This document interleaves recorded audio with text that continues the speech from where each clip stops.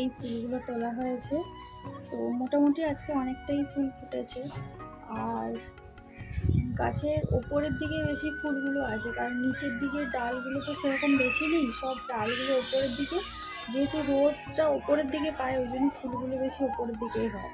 আর এগুলো একটু তাড়াতাড়ি না তুলে নিলে না, একটু রোদ লেগে গেলে এগুলো পুরো একদম সেই মানে লেদকে যায় একদম, মানে সেই গাছ থেকে তোলাই যায় না। বাজে প্রায় 7:30টার মতো। এখন যা রোদের টেম্পারেচার, মানে কী বলবো। আমি জাস্ট গায়ে জলটা ঢেলে এসে ফুলটা তুলে নিলাম, কারণ কি রোদ লাগলে ফুলগুলো একদম নরম হয়ে যাবে, সেই জন্য। এবারে ফুল তোলা হয়ে গেছে, এবারে বাকি কাজকর্মগুলো করি। Good morning everyone, welcome back to my channel. আমি পূজা। আশা করি তোমরা সবাই খুব ভালো আছো, সুস্থ আছো। আর প্রচণ্ড তো গরম পড়েছে, বুঝতেই পারছো, মানে গরমে অবস্থা খারাপ হয়ে যাচ্ছে। আর আমার মানে কি বলবো, রাত্রেবেলা কালকে সেভাবে ঘুম হয়নি, কারণ প্রচণ্ড গরম ছিল। কারেন্টের ভোল্টেজও পরপর কমে যাচ্ছিলো, মানে সেই যাতা অবস্থা। আর হঠাৎ করে আমার এই ডান চোখটা না, এই জায়গাটাতে কেমন একটা ব্যথা ব্যথা করছে, জানি না কী হলো ব্যাপারটা, বুঝতে পারছি না। মানে চুলকাচ্ছে, ব্যথাও করছে, দুটোই হচ্ছে। গরম ঠান্ডা গরমের জন্য হয়তো হচ্ছে। হ্যাঁ, তোমাদেরকে না আমি একটা জিনিস দেখাচ্ছি। আমাদের আম গাছটা যে দেখেছিলে, আম গাছটাতে এই যে মানে শীতের সময় আম হয়েছিল, পেরেছিলাম, গ্রীষ্মকালে আবার মুকুল এসছে, তোমাদেরকে দেখাচ্ছি। কত সুন্দর দেখো মুকুল এসছে গাছটাতে, প্রচুর মুকুল এসছে। ওপরের দিকে আছে তো তাই তোমরা অতটা বুঝতে পারছো না। এই যে দেখো পুরো একদম মানে মুকুল প্রচুর এসেছে, প্রচুর। এই দিকগুলো দেখো, প্রচুর মুকুল এসেছে। তো আবার আম হবে কিছুদিন পরে। তো দেখতেই পেলে কি সুন্দর আমের মুকুল এসছে, তাই না? আমি তো ভেবেছিলাম মনে হয় আসবেই না, কারণ যা গরম, বৃষ্টি বৃষ্টি কিছুই হচ্ছে না। তো আমি 4-5 দিন আগে পর্যন্ত দেখেছি, খেয়াল করেছি, অতটা আমার চোখে পড়েনি। আজকে দেখলাম বেশ, হঠাৎ যখন তাকালাম দেখছি অনেক মুকুল এসছে। তো ভাবলাম তোমাদের সাথেও একটু শেয়ার করি। তো যাই হোক, ফুল তোলা তো হয়ে গেছে, এখন এদিকটা ঝাঁট দেবো, পুরো ঘর ঝাঁট দেবো। তারপরে অনেক কাচাকুচিও আছে, সেগুলো করবো, ঘরটর মুছবো। তো চলো ব্লগটা তোমরা কন্টিনিউ দেখতে থাকো আর সাথে থাকো। বন্ধুরা, প্রত্যেক দিনের সেই একঘেয়েমি জীবন কাটাতে কাটাতে সত্যি ক্লান্ত হয়ে পড়েছি। এই প্রত্যেক দিন সকালে ওঠো, সংসারের কাজ করো, বরের টিফিন বানাও, বরকে কাজের জন্য রেডি করো, নিজের কাজ করো, সব মিলিয়ে সারা দিন এই সংসার সংসার করে করে না জীবনটা যেন কেমন একটা হয়ে যায়। এর বাইরে কি আর কিছুই নেই? নিজের আপনজন পরিজন সবাইকে ছেড়ে দূরে পড়ে থাকতে হয়, কি যে কষ্ট লাগে না বলে বোঝাতে পারবো না। ভগবান যে কবে মুখ তুলে তাকাবে, কবে যে আমাদের জীবনে নতুন কাউকে পাঠাবে, সেটাই বুঝতে পারি না। এই 4 দেওয়ালের মাঝখানে একা থাকতে থাকতে কোনো না কোনো দিন মনে হয়, ভাবি যে মনে হয় পাগল হয়ে যাব। মাঝে মাঝে ভাবি যে এইসব ভাবতে ভাবতে হয়তো একদিন আমি ডিপ্রেশনে চলে যাব। ডিপ্রেশনে যাওয়ার যে কষ্ট, কতটা কষ্ট হয়, কতটা মানসিক যন্ত্রণা হয়, সেটা আমি খুব ভালো করেই বুঝি। কারণ ডিপ্রেশন আমার জীবনে অনেকবারই এসেছে, তার আমি ভোগান্তি অনেক ভোগ করেছি। এই শহরে প্রাণ খুলে কথা বলার মতো নিজের কেউ নেই, আর যারা আছে তারা তো আসেই না। নিজের শ্বশুর শাশুড়ি, ওরা তো নিজেরা নিজেদের সংসার নিয়ে ব্যস্ত। আর নিজের বাবা মা, ওনাদের কাছে বিয়ের পরে মেয়েরা পরই হয়ে যায়। বিয়ের আগে বাবা মায়ের যেটুকু ভালোবাসা থাকে মেয়ের প্রতি, বিয়ের পরে সেই ভালোবাসাটা মনে অনেক ফিকে হয়ে যায়। আর যদি তাদের একটা ছেলে থাকে তাহলে তো আর কোনো কথাই নেই, মেয়েকে ভুলতে 1 সেকেন্ডও সময় লাগে না। কিছু কিছু মানুষের মন তো আবার পাথরের থেকেও শক্ত। পাথরে ঘা দিলে কিন্তু পাথর ভেঙে যায়, কিন্তু কিছু কিছু মানুষের মন এতটাই কঠিন হয়ে যায়, হাজার টোকা মারলেও সেই মনের দরজা কোনোদিনও খোলে না। আমি বরাবরই খুবই ইমোশনাল, অল্পেতে কষ্ট পেয়ে যাই, কান্নাও করে ফেলি, কিন্তু সেটা সবার সামনে নয়, সবার আড়ালে। সবাইকে নিয়ে চলতে আমি ভালোবাসি, সবার সাথে থাকতে ভালোবাসি, সবাইকে নিয়ে মিলেমিশে সংসার করতেও ভালোবাসি। হয়তো এই জন্যই হয়তো ভগবান আমাকে সবার থেকে দূরে করে রেখেছে। আসলে সবাই যেটা চায় না সেটা মনে হয় পায় না। ঠিক যেটা চাইবে তুমি ঠিক তোমার জীবনে তার উল্টোটাই পাবে। এটাই হয়তো বিধাতার লিখন। এই পৃথিবীতে ভালো জিনিসের কেউ কদর করে না, সে ভালো সন্তান হোক, ভালো বৌমা হোক, ভালো মেয়ে হোক, ভালো যাই হোক না কেন, কোনো ভালোর কদর কেউ করে না। তুমি যতটা খারাপ হতে পারবে ততটাই তোমাকে সবাই ইম্পর্টেন্স দেবে। আর বেশি ভালো হলে তো একটা জিনিস তোমার জীবনে প্রাপ্য থাকবে, ঘাত আর প্রতিঘাত। এগুলো নিয়েই তোমাকে বাকি জীবনগুলো কাটিয়ে দিতে হবে। এই জীবনে আমি আর কারোর থেকে কোনো কিছু আশা করি না, কারণ আমি জানি আশা করে জীবনে কোনো লাভ নেই, আর আশা করলে তুমি কোনো কিছু পাবেও না। যতটা পারবে নিজের স্বার্থ মতো, নিজের সামর্থ্য মতো দিয়ে যা, ফলের আশা কোনোদিনও করতে নেই। সবসময় চেষ্টা করবে নিজেকে ভালোবাসতে। যে নিজেকে ভালোবাসতে পারে সে সবাইকে ভালোবাসতে পারে, আর যে নিজেকে ভালোবাসে না কোনোদিনও কাউকে ভালোবাসতে পারে। আমরা মেয়েরা সবসময় ভাবি যে আমি যদি একটু চেঞ্জ হয়ে যাই, আমি যদি সবাইকে একটু মানিয়ে নিয়ে চলি, আমি যদি সবাইকে সবার মতো করে মানানোর চেষ্টা করি, তাহলে মনে হয় আমি সবার কাছে খুব ভালো হয়ে থাকবো। এই ধারণাটাই না আমাদের সত্যি খুব ভুল ধারণা। কারণ কি বলতো, নিজেকে না কোনোদিনও কারোর জন্য বদলাতে নেই, নিজের সত্তাটাকে সারা জীবন ধরে রাখতে হয়। চেষ্টা করতে হয় সবাইকে মানিয়ে নিয়ে চলার, কিন্তু তার জন্য এটা নয় যে নিজের সত্তাটাকে বিসর্জন দিয়ে দেব। একবার যদি নিজেকে সবার মতো করে বদলাতে শুরু করো না, তাহলে একদিন দেখবে তুমিই বদলে গেছো, বাকি সবাই একই থেকে গেছে, আর তোমাকে সবাই আস্থা করে ছুড়ে দিয়েছে। কারণ মেয়েদেরকে তো সবাই টেকেন ফর গ্রান্টেড মনে করে না। মেয়েরা যতটা বেশি নরম হবে, যত সবার কথায় উঠবে বসবে, ততই মানুষের সুবিধা হবে। যাই হোক, অনেকটা ইমোশনাল হয়ে গেছিলাম, অনেক কথা বলে ফেললাম। যে কথাগুলো বলেছি সবকটাই আমার মনের কথা, তোমাদের সাথে জাস্ট একটু শেয়ার করলাম। কারণ এই পৃথিবীতে নিজের মনের কথা শেয়ার করার মতো দুটো জায়গা আছে, একটা হচ্ছে আমার হাজব্যান্ড আর একটা হচ্ছে তোমরা। তো এই দুটো জায়গাতেই আমি আমার মনের কথাগুলো বলি, আর আমি জানি যে এই দুটো জায়গাতে বললে এই দু জায়গার মানুষেরা কথাগুলো শুনবে, আমার মনটাকে বুঝবে। উঠেছি আমি 5:30টার সময়, তো 5:30টা থেকে এখন বাজে 7:45। তো তখন থেকে সমানে আমি কাজ করেই যাচ্ছি। প্রায় বলতে পারো আমার সংসারের অনেক কাজই প্রায় হয়েই এসছে, যেটুকু কাজ বাকি আছে সেগুলোও তোমরা দেখতে পাবে সাথে। মোটামুটি বিছানাটা গুছিয়ে নিলাম, বেড কভারটা চেঞ্জ করে নিয়েছি, আর সামনের বারান্দাটা ধোয়া হয়ে গেছে, পেছনেরটাও ধোয়া হয়ে গেছে, তোমরা দেখেছো। ঘরটা পুরো ঝাড় দিয়ে দিয়েছি। এবারে এই যে এক গাদা জামা কাপড় বেরিয়েছে তোমাদের দাদাভাই, তারপরে বেড কভারটা যে চেঞ্জ করলাম ওটা, তো এগুলো এখন কাচতে দিয়ে দেবো ওয়াশিং মেশিনে। ভাবছি এগুলো কাচতে দিয়েই ঘরটা তাড়াতাড়ি মুছে নেবো। ঘরটা মুছে নিয়ে ভাবছি পুজোটাও করে নেবো। সকালে উঠে তো জাস্ট গায়ে একটু জল ঢেলেছিলাম ব্রাশ করতে যখন গিয়েছিলাম। এমনিতে প্রচুর প্যাচপ্যাচে গরম ছিল, গা ফাগুলো কেমন একটা যেন চ্যাটচ্যাট করছিল। তারপরে যেহেতু ফুলটা তুলবো তার জন্য একটু গায়ে জল ঢেলে নিয়েছিলাম। তো এবারে ভাবছি সব কাজবাজগুলো করে নিয়ে তারপরে স্নানটা করে পুজোটা করে নেবো। পুজো করে নিয়ে তারপরে একদম রান্নাবান্নার দিকে যাবো। জানি রান্নার করার পরে হয়তো স্নান করতে হবে, তো যাই হোক দেখা যাক, চেষ্টা করব না করার, একদম সন্ধেবেলার দিকে করে নেবো ভাবছি। তো ঠিক আছে, চলো তোমরা ব্লগটা দেখো কন্টিনিউ। তখন থেকে তো কাজ করে যাচ্ছি, এত গরম লাগছে কি বলবো, অসহ্য লাগছে। মানে ঘর ফটগুলো ঝাড় দিয়ে দিয়েছি, এবারে ফ্যান চালাতে কোনো প্রবলেম নেই। ফ্যান চালাচ্ছিলাম, ওই নোংরাগুলো চারদিকে উঠছিল ওই জন্য। তো চলো জামা কাপড়গুলো ওয়াশিং মেশিনে দিই আর ঘরটা মুছে নিই তাড়াতাড়ি। বলতে বলতে অলরেডি টাইমও পেরিয়ে যাচ্ছে। শীতকাল যখন ছিল একটা বেড কভার পাতলেই এক সপ্তাহ চলে যেত, কোনো কোনো সময় মনে হলে এক সপ্তাহের মাঝেও কেচে দিতাম। কিন্তু এই গ্রীষ্মকালে কি বলবো, আমাকে একদিন গ্যাপ দিয়ে দিয়ে বেড কভার কাচাকাচি করতে হচ্ছে। কারণ কি, প্রচণ্ড ঘাম দিচ্ছে রাত্রেবেলা, আর ঘাম দেওয়ার পরে রাত্রে ঘুমানোর পরে সকালে যখন উঠে দেখবে বেড কভারগুলো যেমন সে কেমন চ্যাপচেপে হয়ে, তার কারণে এখন প্রত্যেক দিন বেড কভারগুলো কাচতে। আর এখন তো গ্রীষ্মকাল, তারপরে আবার ওয়াশিং মেশিন আছে, আর কোনো চিন্তাই শুকায়নি। গ্রীষ্মকালে তাড়াতাড়ি জামা কাপড় শুকিয়ে যাবে আর ওয়াশিং মেশিনে তাড়াতাড়ি কাচা হয়ে যাবে।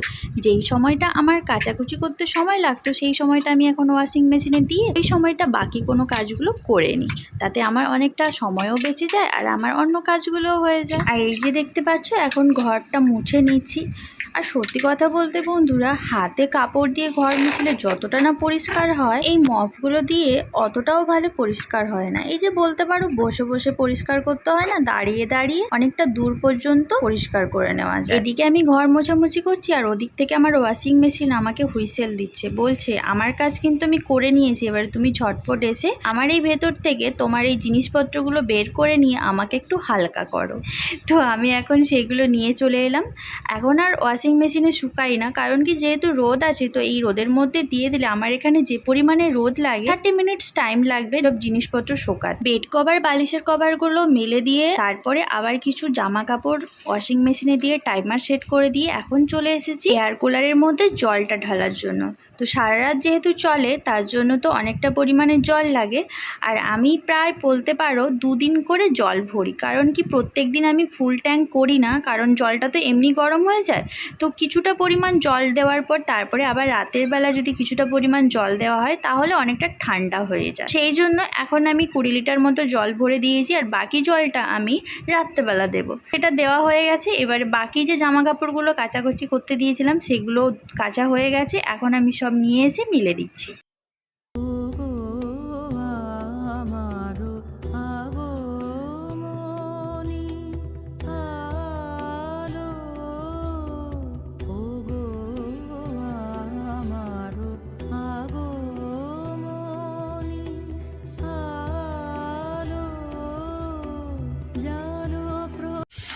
এই যে দেখতে পাচ্ছ এই বিছানার মানে এই খাটের বেড কভারটাও আমি চেঞ্জ করে নিয়েছি। ওই যে বেড কভারটা পাতা ছিল ওটাও কাঁচা বেড কভার, কিন্তু ওটা না একটু সেই মোটা টাইপের। আর যেহেতু এখন গরমে তো এরকম একটু পাতলা পাতলা টাইপের একটু মসৃণ বেড কভারগুলো পাতলে একটু শুতে ভালো লাগে। আর তোমরা ভাবছো যে এটা কি দেখাচ্ছ দিদিভাই, এই যে সকালবেলা যে কাচলাম, মানে এত রোদের টেম্পারেচার, আধ ঘন্টার সময়ও লাগেনি, সব শুকিয়ে গেছে। এবার তোমরা রোদের তেজটা খালি শুধু একবার দেখো, দেখেছো পুরো একদম ঝাঁঝালো রোদ, মানে মনে হচ্ছে পুরো মুখটুক পুড়িয়ে দেবে। আর আমার কত দূর পর্যন্ত রোদের মানে আভাটা আসে, এই যে দেখো, দেখতে পাচ্ছ, মানে টেকা যায় না গ্রীষ্মকালে। আর এই ঘরের খাটটা তো দেখেছিলে তোমরা, তখন আমি বেড কভার বালিশের কভার সব চেঞ্জ করে দিয়েছি। তো এই ঘরটায় সব চেঞ্জ করে এটাতেও গুছিয়ে নিয়েছি। আর আমিও স্নান করে নিয়েছি, স্নান টান করে পুজোও দিয়ে দিলাম। সকালে তো একবার স্নান করেছিলাম তোমাদেরকে বলেছিলাম, তারপরে এইসব কাচাকুচি করতে করতে হালকা ভিজেও গেলাম। আর তারপরে যেহেতু সকালবেলাতে জল ঢেলেছিলাম, তাই ভাবলাম যে চলো একবারে ভালোভাবে স্নান করে পুজোটাও করে নিই। পুজোও আমার করা হয়ে গেছে, সকালে একটু ব্রেকফাস্টও করে নিয়েছি। তো অনেক কাজই করছি সকাল থেকে, মানে কাজ করে ক্লান্তি চলে এসছে, যা রোদ গরম আর ভালো লাগছে না। চলো সাথে থাকো, ব্লগটা কন্টিনিউ দেখতে থাকো। হ্যাঁ, কে এলো গো, ওরে বাবা, আমি আমার বরকে বলেছিলাম সিমাই নিয়ে আসতে, কত সিমাই নিয়ে এসছে। দুধ কোথায়? এতগুলো সিমাই আর 1 প্যাকেট দুধ। আমার জন্য আরো একটা জিনিস নিয়ে এসছে বন্ধুরা, দাঁড়াও আমি সিমাইটা সাইড করে রাখি। এই যে কতগুলো সিমাই নিয়ে এসছে দেখো, আমি বলেছিলাম নিয়ে আসতে। আর এখানে আছে ডি বাপির বিরিয়ানি, পয়লা বৈশাখের বিরিয়ানিটা ডিউ ছিল তাই তো, ওই জন্য তুমি আজকে নিয়ে এলে। আর এই দুধটা নিয়ে এসছে, কালকে সিমাইটা বানাবো। আর এই লিমকাটা কি আমার জন্য বেঁচে গেছে?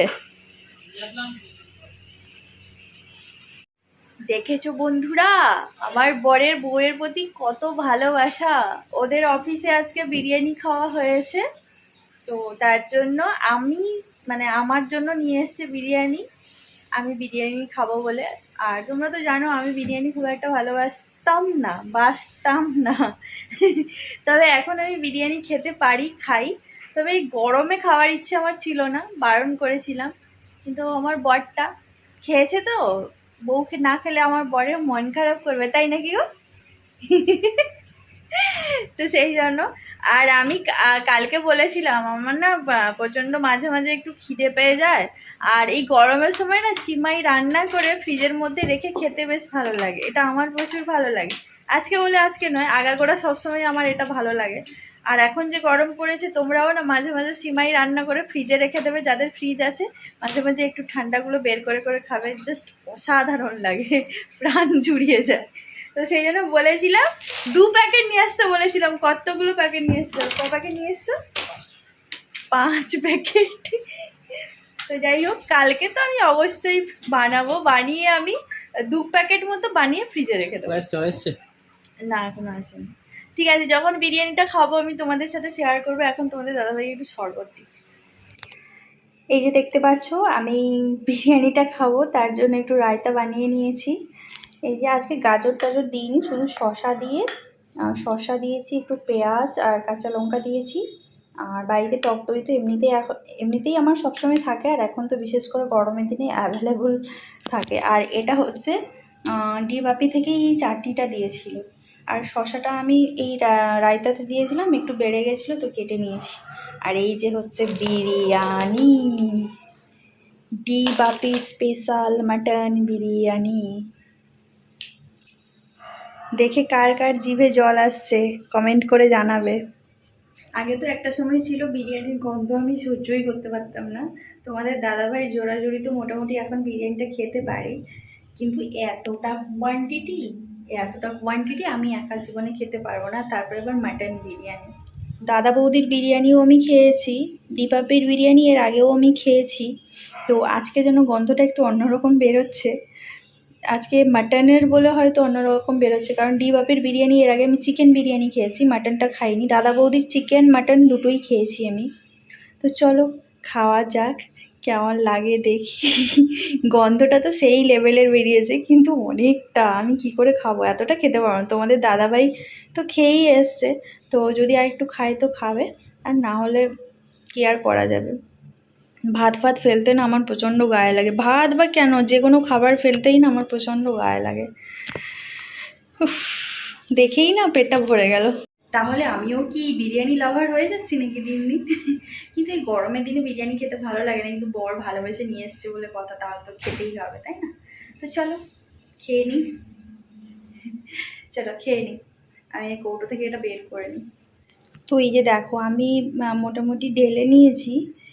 বন্ধুরা কি বলবো, বিশাল কোয়ান্টিটি। এই যে দেখো এখনও আরও এতটা আছে, মানে আমি মাটনটা নিয়েছি, আলুটা নিয়েছি, রাইস নিয়েছি, মানে এটা আমার দুবারের খাবার, ঠিক আছে? এটা আমি দুবার খেয়েও শেষ করতে পারবো না, অনেকটাই কোয়ান্টিটি। যারা অ্যাকচুয়ালি প্রচুর ভালোবাসে তারা হয়তো, তাদের কাছে এটা হয়তো কোনো ব্যাপার নয়, বাট এমনিতেই আমি এত রাইস খাই না, নর্মাল রাইসও এতটা খাই না, তারপরে আবার বিরিয়ানি, বাপরে বাপ। তো যাই হোক, চলো খাওয়া দাওয়াটা করে নিই, কেমন?